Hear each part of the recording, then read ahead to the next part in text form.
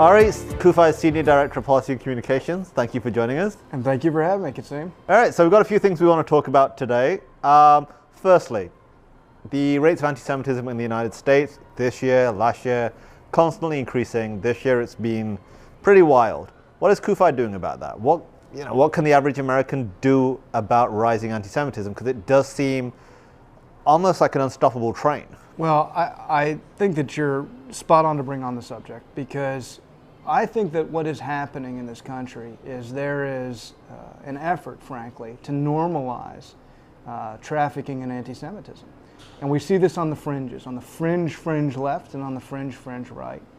But what starts on the fringes may not always stay there. We see what's going on college campuses, where students are forced to endure a level of bigotry and vitriol that I think is not unprecedented in the country, but is unquestionably appalling. The level of anti-Semitism, as you mentioned, in the United States has reached fever pitch. So what are we doing about it? What can people do about it? Right. First things first, people have to speak up. You have to have the courage to stand up when you see an act of anti-Semitism, when you hear somebody trafficking in anti-Semitic tropes. You have to have the courage to speak up. And it's most important that you do so when it's someone in your circle, when it's someone from your side of the aisle. That's where the rubber meets the road. We have to be willing, as Americans, as individuals with a particular religious or political viewpoint, to call out the anti-Semitism in our own midst at every turn. Second, what is CUFI doing about it? Our efforts focus on a simple premise that Pastor Hagee discussed well over a year ago. You cannot defeat that which you are unwilling to define. So we are seeking to define anti-Semitism. I know it seems odd that we would have to define such a thing, but we're seeking to advance the International Holocaust Remembrance Alliance's definition of anti-Semitism in such a way that those tasked with keeping students safe, with keeping communities safe, have guidance on what clearly is an act of anti-Semitism or an unlawful act that is motivated by anti-Semitism. So President Trump signed an executive order when he was in office. And let's all be honest, President Biden and President Trump don't agree on much. But President Trump and President Biden both agree that the International Holocaust Remembrance Alliance's definition of anti-Semitism has merit, has value, and President Biden has stood with President Trump's executive order on this topic. Now we need to bring it to the states. People often forget that while we may focus so heavily on what takes place in Washington, and we should, what happens at the state level, what happens at the local level, what happens at your county council and your school board, that has a greater day-to-day impact on each American's daily life than perhaps what happens in Washington. So that's where CUFI is engaged right now.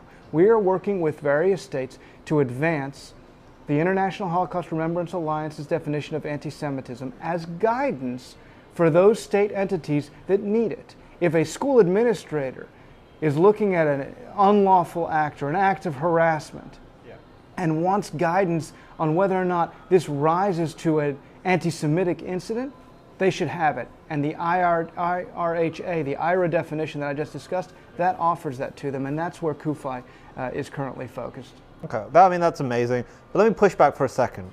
Can you really legislate hate against hate, though? Because, I mean, it's important, no doubt, to have the definition, but how does that change the anti-Semitism that we're seeing? You can't have okay, this is the definition. If somebody is anti-Semitic, aren't they going to remain anti-Semitic? That's true. There are people that are lost.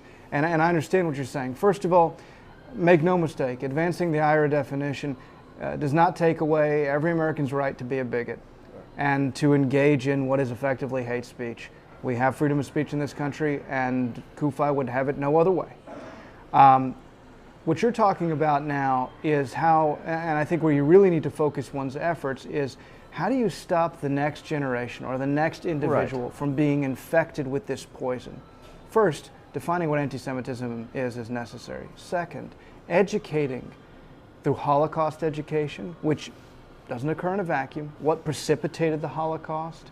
Irving Roth, the late Irving Roth, who I know you were very close with, and who was a dear, dear man, said that it began with words. Yeah. So educating the future generations of this country about the dangers of just letting those words go by and letting those words become normalized in our political discourse. That's another major focus of CUFI, to combat anti-Semitism, because I believe, and Pastor Hagee believes, and our 10 million members believe, that you can inoculate someone against hatred by filling their mind and their heart with the truth.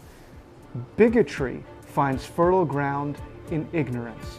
And if you educate people about these topics, then that bigotry will not find that fertile ground. And they will have the courage and the knowledge to stand up to hatred, to anti-Semitism, wherever and whenever they find it. That's an incredible strong point to finish on. Thank you very much for joining us, Ari. Thank you for having me, Kasim. Thanks for checking out today's episode of CUFI Weekly. If you enjoyed this episode and want to stay up to date with the latest news from the Middle East along with topics involving US-Israel relations, please be sure to like and subscribe. And remember to click that notification button so that you are notified every time a new show is uploaded.